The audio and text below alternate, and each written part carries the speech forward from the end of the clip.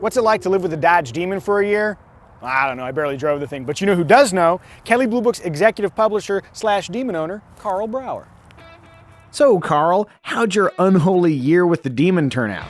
What's fabulous is that this car was supposed to be the fastest street-legal drag car ever made. And essentially, it's proven that it was. I've had it to the track 4 times. I've put over 60 or 70 runs down the track, best being a 10.23 ET at 135 miles per hour.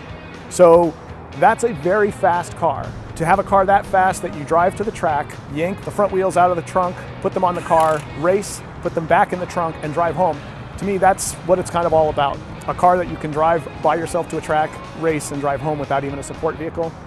That's probably my single favorite thing about this car, and being able to say I did that.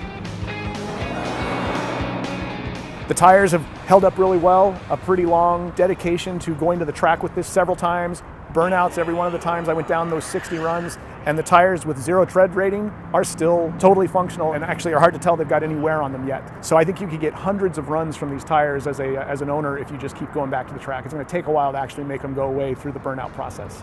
I've been in a lot of cars at a lot of different price points. This is some of the best interior leather I've ever seen. Not on a Dodge, not on an American car, on any car I've ever been in. The suppleness, the smell, the look, it's fabulous leather. I'm kind of surprised they put that much effort into a car like this, but they did.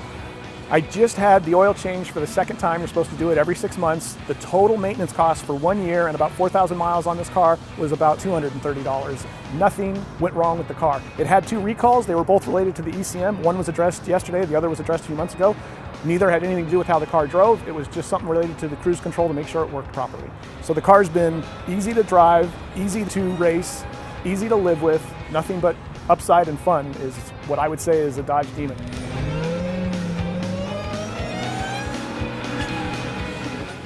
Given Kelley Blue Book's focus on vehicle values, we should mention that Dodge simply didn't make enough 2018 Challenger SRT Demons for us to properly track values.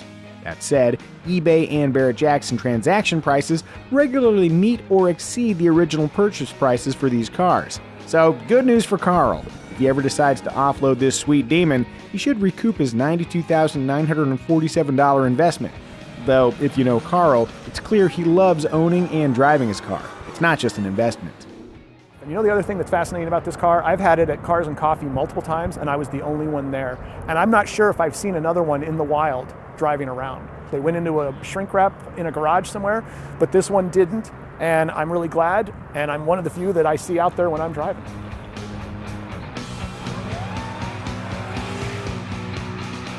Who'd have guessed 12 months driving around in an 800+ horsepower Uber coupe would be so much fun?